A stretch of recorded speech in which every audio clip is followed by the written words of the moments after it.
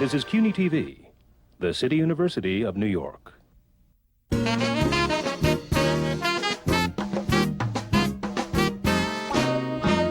Stephanie, por favor, de la escuela. Tómate para que te veas la escuela.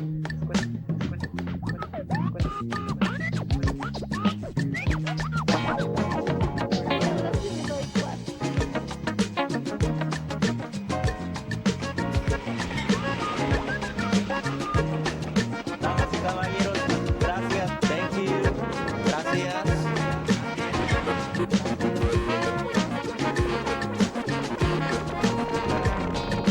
Hola, ¿cómo están todos? ¿Todo bien? ¿Todo bien?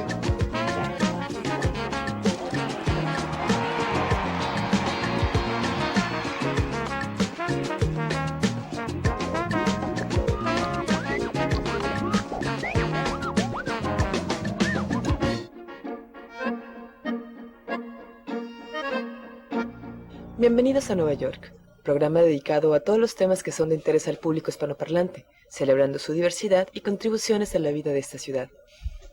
En este episodio, el tema de la migración inunda nuestra pantalla. Primero vemos las manifestaciones y escuchamos las demandas en voz de activistas que luchan por los derechos de los inmigrantes, y luego Patricio Lersundi nos lleva con el comisionado de Asuntos del Migrante en la ciudad de Nueva York, Guillermo Linares. Después Carmen Bollosa nos introduce a Eduardo Mitre, poeta boliviano, que afirma que Nueva York es su ciudad preferida. Y para concluir, Eduardo Simón nos deleita con un concierto de fusión jazz y música venezolana. Ahora iniciemos nuestro programa en las calles de Nueva York.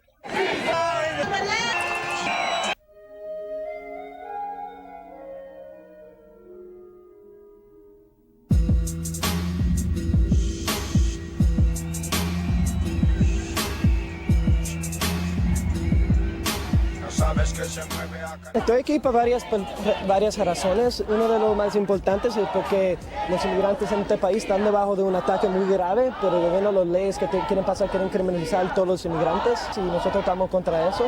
Estamos por los derechos de los inmigrantes, estamos por la amnistía, y también tenemos que crecer la lucha en nuestras universidades, en todas nuestras escuelas, porque tú sabes, ningún ser humano es ilegal. Por eso es porque estoy aquí. Compraste la calle, hijo de puta. Ustedes son ecuatorianos y yo también soy ecuatoriano, mucha honra de nacimiento. Hoy día es mayo 1, es el Día del Trabajador y todos somos trabajadores, pero de todas maneras los inmigrantes que están aquí son los que más trabajan y los trabajos que no quiere todo el mundo. Pero otra razón es que yo estoy aquí personalmente por mis padres. Mi mamá cruzó la frontera cuando yo tenía 5 años y me llevó y yo crucé, y gracias a ella es que yo estoy aquí, estoy estudiando ciencias políticas, precisamente por esto, para entender el proceso, lo del Senado, lo de Casa de los Representantes, las legislaciones que están pasando. Y también gracias a que mi madre cruzó, y es que yo puedo ser abogado en este país y puedo ayudar a todos los inmigrantes que vienen después de mí. Y esta legislación que están pasando no lo van a dejar hacer, entonces por eso quieren cerrar las fronteras y este país va a cambiar todo su carácter, que es un país de migrantes. En esencia es un país de migrantes.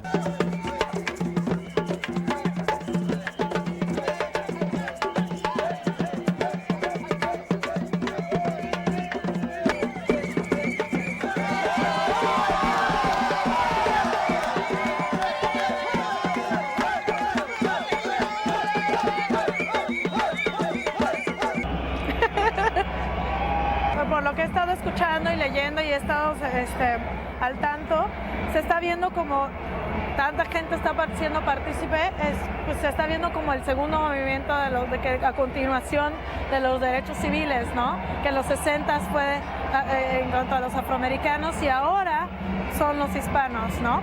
Y que bueno, esa es una de las cuestiones que por qué han estado tan agresivas las leyes y han estado cambiando constantemente, porque ahora los migrantes son hispanos, ¿no? Y eso es como que ya no es el blanquito que llevó hace 100 años.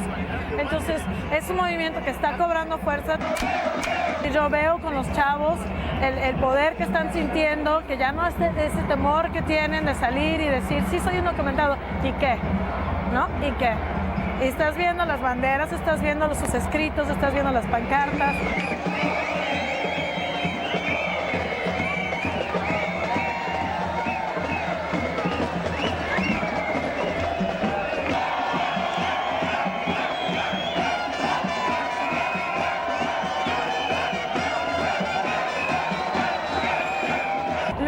México, pues ni se diga, puedes ir a cualquier restaurante aquí en Nueva York y vas a encontrar que todos en la cocina, yo he trabajado en restaurantes y casi todos en la cocina son de origen mexicano, los que están lavando trastes. La gente quiere contratar inclusive latinos porque saben que son los que trabajan muchísimo, que se quedan horas extras, que dicen que sí a todo y los pagan, o sea, es una mano de obra barata, ¿no? Yo he estado estudiando el campo mexicano y a partir del NAFTA, o sea, mucho antes, pero el Tratado de Libre Comercio le vino a dar en toda la, como decimos, en toda la torre, ¿no? Al menos al campo. Y es donde más migraciones ha habido a partir del 94, han aumentado. ¿Por qué? Porque la gente no está cultivando. ¿Por qué no está cultivando? Porque no puede competir contra los productores de Canadá o de Estados Unidos. Entonces no tienen otra opción.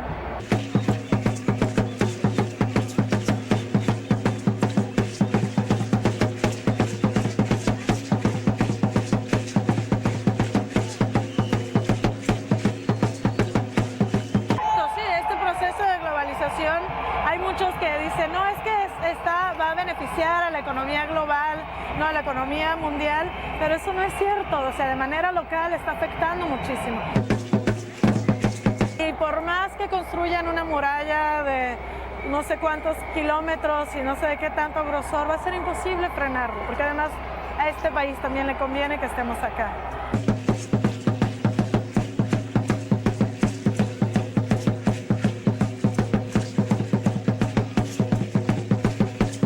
Sí, la amnistía sería una muy buena opción.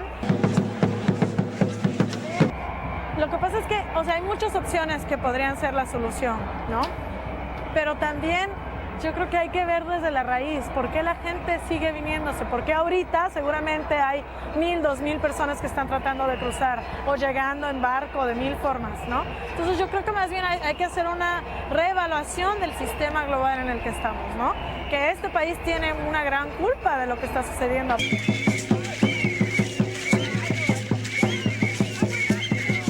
Más bien es eso, debe de haber una renegociación en todos estos sentidos de, bueno, a ver, ¿qué podemos hacer, al menos en México, en el campo mexicano, en la parte laboral, ¿no? ¿Qué podemos hacer en Guatemala? ¿Qué podemos hacer en Ecuador?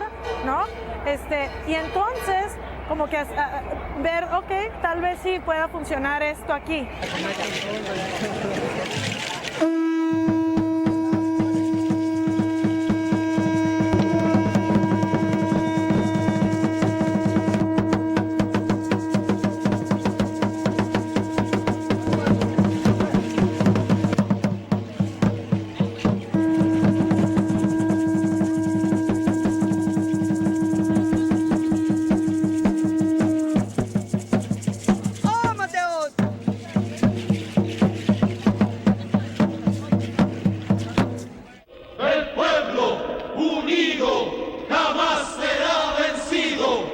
Guillermo Linares llegó con su familia a Estados Unidos en la década de los 60. Hoy, como comisionado de la Oficina de Asuntos del Inmigrante de Nueva York, sirve a más de 3 millones de inmigrantes de esta ciudad.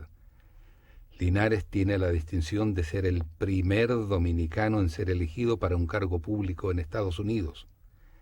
En nuestra conversación de hoy, nos habla de lo que está ocurriendo en este país con la inmigración y nos ofrece un apretado análisis de los debates, las preocupaciones y posibles soluciones de este importante tema.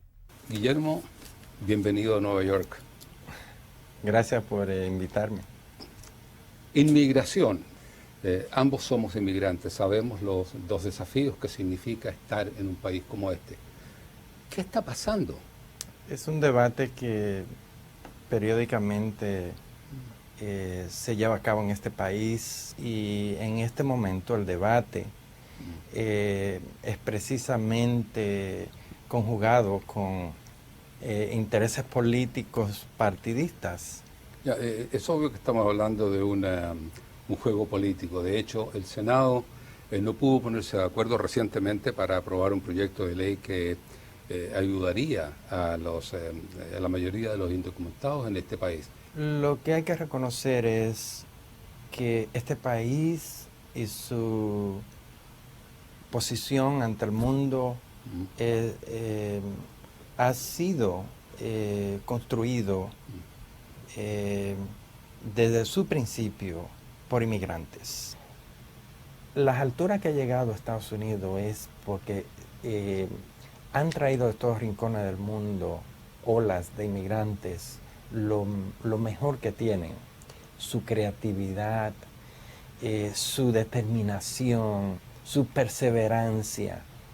El día que este país no reciba los talentos que vienen, ese día empieza la decadencia de este país. Y la economía de este país y la economía de esta ciudad no pudiese sostenerse sin la fuerza laboral inmigrante.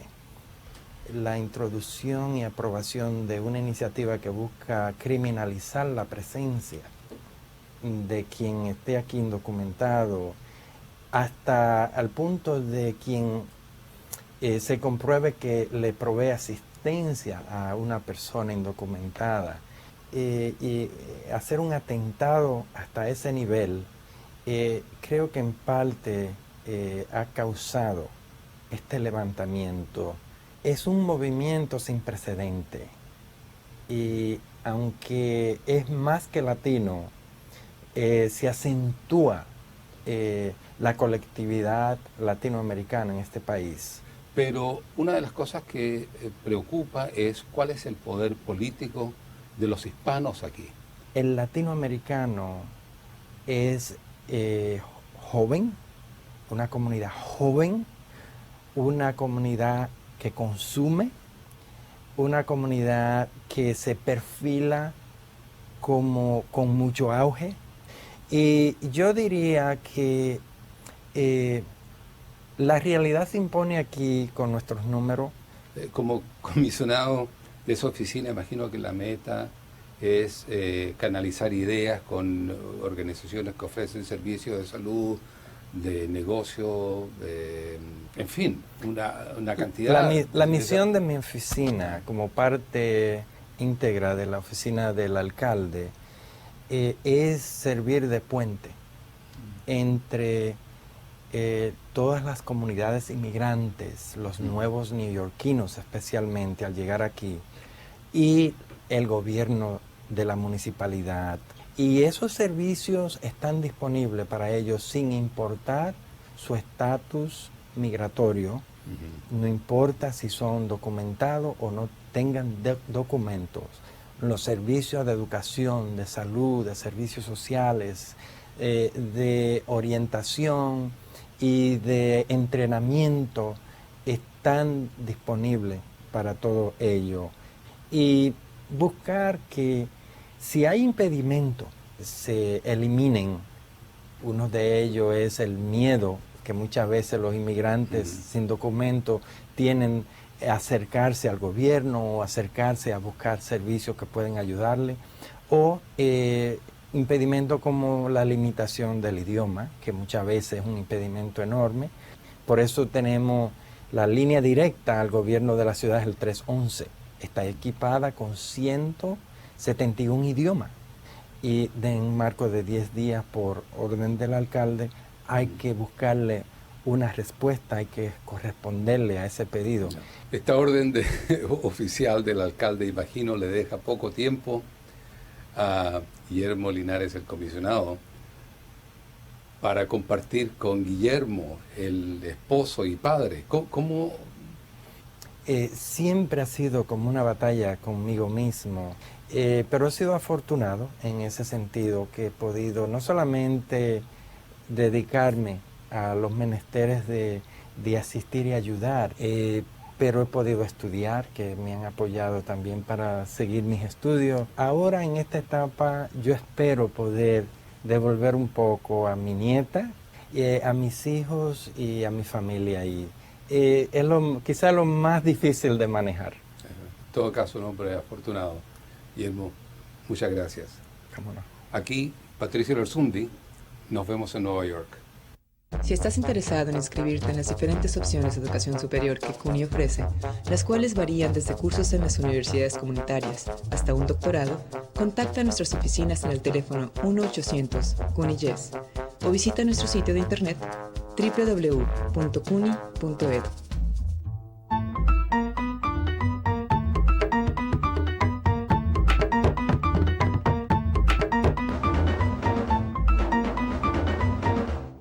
Esto es Nueva York. Yo soy Carmen Boullosa y hoy tenemos la suerte de tener con nosotros a un gran poeta, Eduardo Mitre, boliviano, a quien quiero lanzarle una primera pregunta por un título de un libro que recientemente ha publicado, ya no tan recientemente porque ya tiene uno más nuevo, pero no es de poemas de él. ¿Qué es esto de El paraguas de Manhattan? Fíjate que ese título nació de manera, bueno, con un obsequio, tras un retorno de un viaje que hice breve a la Universidad de Cornell para dar una lectura de poemas. A mi regreso, Gabriel, mi hijo, me contó que justamente ese día en el que había partido, se produjo en Manhattan un viento fortísimo, ¿verdad? Una lluvia y que los paraguas volaban por todas las calles. Y entonces me impresionó tanto su relato que dije, aquí hay algo. Y empecé a fijarme, en verdad, yo ya se iba a ingresar al invierno, en los paraguas. Y ese paraguas se volvió de pronto una especie de, digamos, de seña, no de identidad, pero sí de mi permanencia, de mi recorrido por Manhattan, ¿no? Fue posteriormente que lo relacioné con el paraguas de Lautréamont, es decir, que es en la famosa definición de la imagen, de la metáfora, ¿verdad?, que encontramos en los cantos de Maldoror. Ese sería el origen. ¿Qué es esto de ser poeta que escribe en español, un poeta boliviano, en una ciudad como Nueva York? Yo creo que como toda gran realidad es susceptible de diferentes ópticas, ¿no? Es la misma, digamos, visión que encontramos después de Darío en Lorca, ¿no? En el mismo Martí, en ciertas crónicas, pero también hay otro lado de esa realidad, ¿no? Que es el lado, digamos, luminoso, ese lado que nos asombra. Y yo puedo decir, yo he vivido en capitales como París, como Madrid, Bruselas, pero ninguna me ha sorprendido tanto, de ninguna me he enamorado tanto como de Manhattan. Este encuentro contigo, y por el cual te agradezco muchísimo, es otra muestra, ¿verdad?, de esa apertura que se tiene en Nueva York. Yo creo que difícilmente una escritora mexicana de tu talento me hubiese invitado, es decir, no se hubiese producido ese encuentro o reencuentro, en nuestro caso, ¿verdad?, sino en París como en Manhattan, ¿no? Esa pluralidad de vivencias, es una pluralidad cultural, étnica, idiomática, la pluralidad de lenguas, que ese es el aspecto, digamos, que me ha fascinado. Una pregunta que quiero hacerte, ya un poco más global antes de que regresemos otra vez a Nueva York, es ¿cómo ves tú ahora el oficio del poeta en este mundo que parece tan alejado del sentido poético de la existencia? ¿Cómo sientes tú tu oficio de poeta? No digo ya en la ciudad de Nueva York, sino en esto que se llama siglo XXI. Sí, yo creo que el mensaje a recoger es la humildad, ¿no? ¿En qué sentido? En que el poeta, desde luego, no es, digamos, el gran hacedor del universo, pero la palabra poética, ¿no?, que puede darse en la narrativa, ¿verdad?, es fundamental porque de alguna manera preserva, ¿no?, qué sé yo, los estratos más auténticos del espíritu humano, ¿no? Ahora, ¿el sentido del hombre, te atreverías claro, a decir? sí, de la condición humana y de la mujer frente a las calamidades de la historia y también frente a las calamidades naturales, pero sobre todo a las calamidades de la historia en un mundo abocado, ¿verdad?, a la violencia de una manera demencial. Entonces cunde un poco también el desaliento, ¿no? Hay momentos en que como que la obra pierde sentido, ¿no? Fíjate que eso es lo que me sucedió, y disculpa que me extiendo un poco en la respuesta. No, todo lo contrario. Cuando estaba escribiendo de manera muy entusiasta, porque estaba asombrado de recorrer Manhattan, de volver a recorrer Manhattan, después de muchísimos años de ausencia. Y bueno, entonces todo era una especie de exaltación, los poemas celebratorios que el lector puede encontrar en este libro. Fue un tiempo, digamos, de felicidad, de fascinación. De pronto sucede el ataque terrorista del 11 de septiembre y todo se me vino abajo, ¿verdad? Yo había escrito para entonces como 10, 12 poemas, pero ya no podía seguir escribiendo. Me pareció ese mismo tono, no, ese es decir, me llegó una suerte de silencio, de afasia. Porque ya no veía sentido, me pareció absurdo y ridículo incluso mi entusiasmo, pues, ¿verdad?, por corregir los poemas. Pero felizmente poco a poco fui saliendo de ese duelo, pero también gracias a la propia escritura, porque escribí de poemas por la catástrofe, pero y claro, desde luego por el duelo que produjo en todos la catástrofe, ¿no? Y es a partir de entonces que volví a encontrar un nuevo sentido, o mejor dicho, a recuperar el sentido de escribir ese libro. Eduardo, muchísimas gracias por traer aquí a este espacio Nueva York.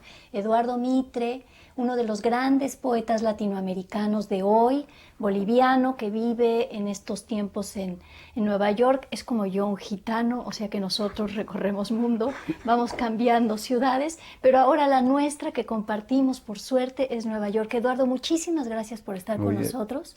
Muchas gracias a ustedes por acompañarnos aquí a escuchar la voz del poeta. Soy Carmen Boullosa, espero verlos la siguiente vez. Aunque el costo para asistir a CUNY es bajo, nuestra universidad ofrece una amplia gama de apoyo financiero. Más del 70% de los estudiantes de nivel licenciatura que estudian de tiempo completo reciben ayuda económica. Para mayor información, llama al 1-800-CUNY-YES o visita nuestro sitio de internet www.cuny.edu.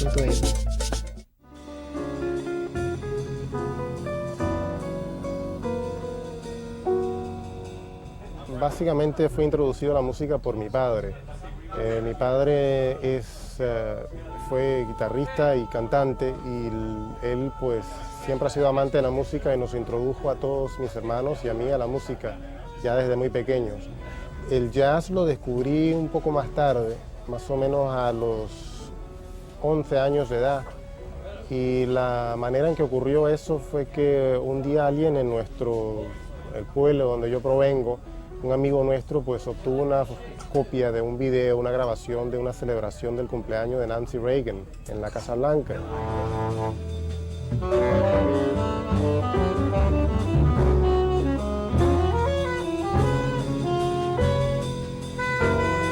En aquel entonces no teníamos mucho acceso a discos de jazz, entonces el poquito de jazz que yo escuché vino más bien a través de música afrocubana que tenía influencia jazzística, como el grupo Iraquere, por ejemplo, y otros grupos de música o artistas latinoamericanos que usaban el jazz dentro de su música.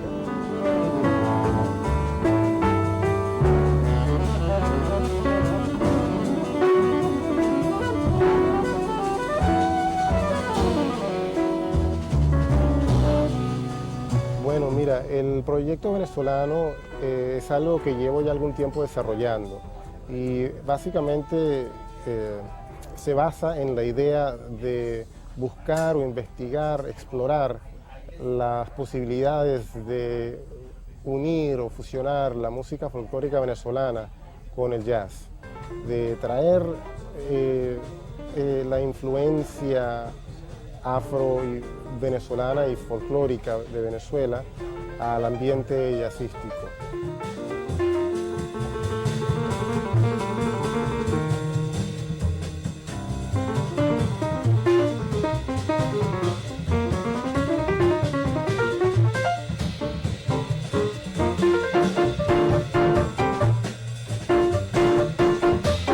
Venezuelan suite es una pieza donde formalmente hago ese intento. Fue una pieza comisionada por Chamber Music America y es una suite en 4 movimientos. Cada movimiento explora un distinto ritmo o forma musical folclórica venezolana. El primer movimiento es un joropo, el segundo es un merengue venezolano, el tercero es un vals venezolano y el cuarto es una gaita. El espectador anglosajón responde muy fuertemente a los ritmos latinoamericanos, porque dentro de su cultura no hay mucha rítmica tan rica como la que tenemos en nuestros países. Realmente el jazz es donde más encuentras, pienso yo, esa rítmica dentro de Norteamérica, por lo menos, ¿no?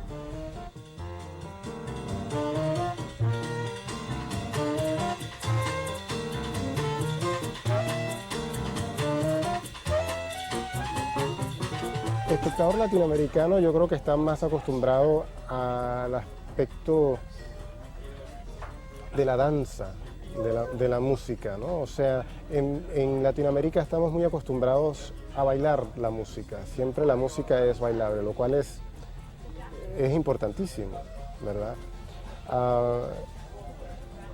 Yo creo que todavía el latinoamericano tiene que aprender a apreciar un poco más, a escuchar el jazz de una manera, no sé cómo explicarte realmente, sin sentir la necesidad de bailarlo, ¿entiendes? Y eso pues lleva tiempo y yo creo que por eso no hay tantos espectadores latinoamericanos del jazz como pueden haber en otros países, ¿no? En otras partes del mundo. Es romper con esa costumbre de tener que bailar la música, ¿no?